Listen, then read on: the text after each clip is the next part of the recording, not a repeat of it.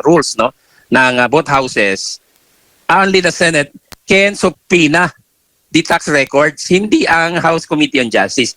Sa tingin ko, walang nexus na na-establish or link ang prosecution para ipasubpoena itong tax records ng mag-asawang Duterte. Very defective yung articles of impeachment na final ng House, with all due respect.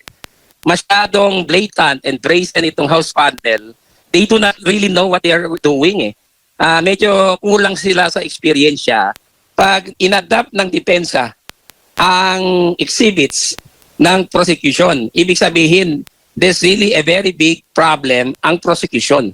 Depektibo ang mga ebidensya at ginagamit, pwedeng gamitin laban sa kanila yon. And that severely weakens the case, like in this particular proceeding. So, halos lahat ng ebidensya na minamarkahan nila or ni-request nila ay inadapt ng depensa. So, ibig sabihin, their case is really very weak. Ang isang abogado na malawak po ang karanasan sa impeachment. Attorney, ano ho ang masasabi po ninyo sa proseso po ngayon ng pre-trial conference para nga sa impeachment trial ni VP Sara Duterte? Yung pre-trial, just like a pre-trial in court, parehas yan ang nature and character.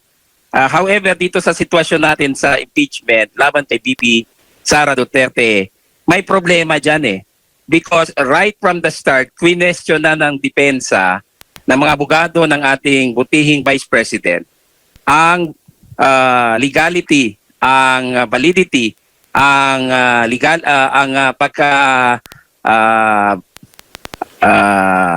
void ng articles of impeachment. So during the pre-trial, nakita natin na ni-raise po yan ng depensa ni Vice President na ikinabahala at ikinagalit raw ng prosecution na sa tingin ko hindi preparado sa mga ganong klaseng mga taktika dahil akala nila sumasang-ayon na ang depensa sa kanila dahil nag-agree na mag-appear sa pre-trial. Remember, nung nag-file ng answer ang Vice President Sara Duterte, it was an answer at cautelam. Or answer at cautela, meaning precautionary answer lang yan, Jade at Admar.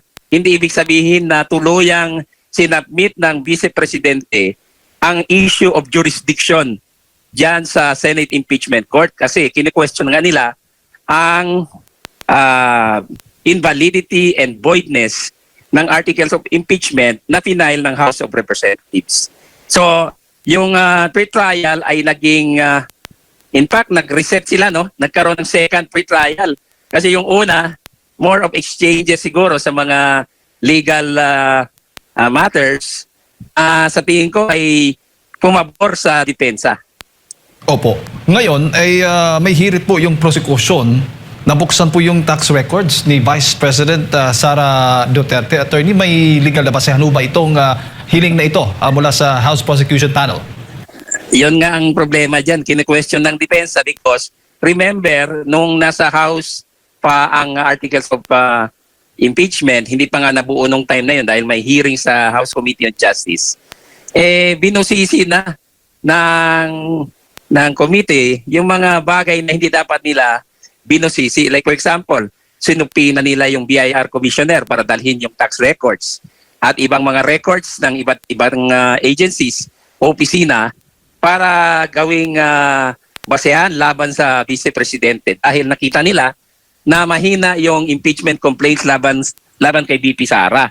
So ngayon, questionable yan because merong prematurity sa aksyon ng House Committee on Justice because only the Senate sitting as an impeachment court. Sa aking experience and base sa Constitution at sa ating rules ng both houses, only the Senate can subpoena the tax records, hindi ang House Committee on Justice. So, hindi nila buksan yan doon sa level nila, pero yung pamamaraan na ginawa nila mukhang foul. And that becomes an issue now because sa tingin ko, walang nexus na na-establish or link ang prosecution para ipasubpoena itong tax records ng mag-asawang Duterte. Remember, under Article 270 of the National Internal Revenue Code, confidential ang tax records That can only be open or scrutinized in a proper legal proceedings or in impeachment proceedings. However, hindi po yan absolute. Ibig sabihin, kailangan nasa articles of impeachment yung complaint mo or allegation na merong connection between the tax records at saka yung allegation of unlawfully acquired wealth or ill-gotten wealth, so to speak. So, which I doubt dito because very defective yung articles of impeachment na final ng House with all due respect. Kaya sa tingin ko magkakaproblema dito because if there is no nexus or link that can be established by the prosecution, then there is no basis for the request for subpoena. Opo. Para lang din makarelate po yung ating mga kababayan, tinutukoy pong tax records, attorney, noong panahon na nagsasagawa po ng hearing, yung nasa malaking kahon po yon na hindi po binuksan ng Yes. House Committee. Ngayon dito sa pre-trial conference, bago nga magtapos, ngayong araw nga ay inaasahan natin magtatapos itong pre-trial conference, ay gusto ngang buksan. Which is, sabi mo, unconstitutional. Hindi po pwedeng during pre-trial buksan itong tax records na ito ng Vice Presidente. Actually, hindi nila hinihingi na buksan kagad sa pre-trial.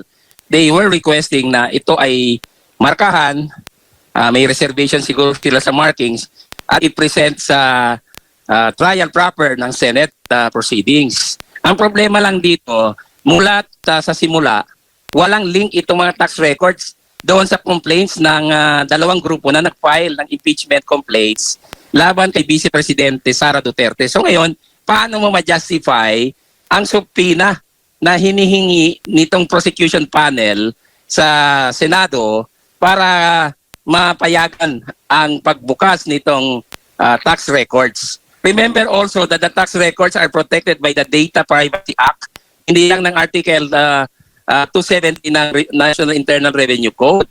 So hindi po ito basta-basta. This is a very serious matter which can even be questioned before the Supreme Court in a proper proceeding or petition. So, yan ang problema ng House. Hindi sa depensa ang problema. The defense is just doing their work. But the House panel has committed a grave error or a mistake right from the start. Kaya ngayon, medyo sila, estopel sila. Their action can be questioned now. At saka, if you scrutinize the articles of impeachment nila, very defective. Kasi walang kasihan yung articles of impeachment dahil hindi naman covered ng ill-gotten wealth allegation na wala naman doon sa articles of, doon sa complaint na pinail ng dalawang grupo way back doon sa House Committee on Justice. So, one defect leads to another and one void proceeding leads to another. Yun ang problema ngayon dito. And the Vice President can always question that in a proper petition before the Supreme Court. Opo.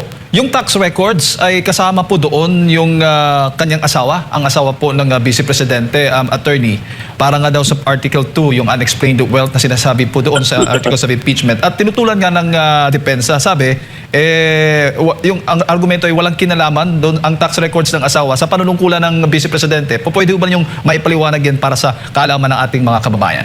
Remember, Attorney Manscarpio is not a public officer. Neither is he an impeachable officer. Ang public officer at impeachable officer lamang para sa kaalaman ng lahat ay si Vice President Sara Duterte. So ngayon, paano ma-justify ng prosecution panel ng House yung paghingi nila ng subpoena na magko-cover doon sa mga tax records ni Attorney Manscarpio? Bawal yan because he is not under trial. He is not an impeachable officer, so walang basehan. Second, ay yung privacy ni Attorney Manscarpio will be violated here. Remember, ang sabi ko nga, protected din ito ng Data Privacy Act aside from Article 270 of the National Internal Revenue Code. So, masyadong blatant and brazen itong House panel. They do not really know what they are doing. Medyo kulang sila sa eksperyensya. In fact, meron pang lumabas na istorya na ang gumagawa ng trabaho nila doon sa pre-trial, ang private prosecutors, which is in violation of the Constitution and the rules. Hindi pwede ang private prosecutors ang gumawa ng lahat ng trabaho ng House panel. They are there only to assist. Jade and Admar, ako naman hindi ako nagtataas ng bangko. I serve as a volunteer counsel sa prosecution sa Corona impeachment. At ako ang in charge for the volunteer private prosecutors group doon sa pre-trial. Pero yung pre-trial, headed by our public prosecutor who is a congressman. Inassist ko lang siya doon. Because you cannot take the role of lead prosecutor if you are just a private volunteer prosecutor. Bawal po yan. Eh kung totoo yun, another blunder yan na nangyari dyan sa pre-trial conference. Opo, at kinu-question nga ng depensa at baga may tangkang kung baga tangkang ipatanggal bilang ebidensya yung salin ng Vice Presidente Attorney. So maaari po 'yon dahil sa nakikita po niyo hindi po ganoon kabigat yung ebidensya na yan para po sa impeachment laban sa pangalawang pangulo. Hindi lang yon. Yung salin na yan covers periods na hindi pa siya impeachable officer. For example, ng vice mayor siya. So anong connection dyan sa impeachment proceeding? Di ba? So yan ang isang malaking katanungan ngayon kung pwedeng payagan yan. And other objections that are valid na ni-raise na ng depensa sa pre-trial conference at sa kanilang answer at kautela. Opo. At maaari ho ba pag ako sakali bang papaboran, pabubuksan nga ng Senate Impeachment Court yung kahon na naglalaman ng tax records ng Vice Presidente, automatic ho ba yun? Talagang maging ebidensya na ng House Prosecution Panel? Well, the Vice President can always question that in a petition for certiorari and prohibition with temporary restraining order sa kataas-taasang hukuman. Nangyari yan sa Corona impeachment wherein some bank records were blocked through a TRO issued by the Supreme Court. So hindi po yan automatic na akala natin kung mag-request yung House panel ay pwedeng pagbigyan na lang. Kung pagbigyan ng Senate sitting as an impeachment court na walang basehan or in violation of the Constitution, the rules and the laws, including yung Data Privacy Act, ang NIRC, and even yung rights ng private persons dito like Attorney Manscarpio na hindi naman impeachable officer, eh pwede yan harangin ng Korte Suprema because that is also part of the rule of law. Opo. Paano ho niyo tinitingnan ang dami po ng mga ebidensya, dokumentong dala ng House Prosecution Panel laban po sa Vice Presidente? Well, they can always produce voluminous records, voluminous documents na wala namang connection sa kanilang articles of impeachment. At hindi naman ibig sabihin na lahat yan ay magiging relevant. Because probably optics lang yan. In fact, karamihan dyan ay inadapt pa ng depensa as part of their evidence. You know, sa experience ko as a trial lawyer before, pag inadapt ng depensa ang exhibits ng prosecution, ibig sabihin, there's really a very big problem ang prosecution. Depektibo ang mga ebidensya at ginagamit o pwedeng gamitin laban sa kanila yon. And that severely weakens case like in this particular proceeding. So, halos lahat ng ebidensya na minamarkahan nila or ni-request nila ay inadapt ng depensa. So, ibig sabihin, their case is really very weak.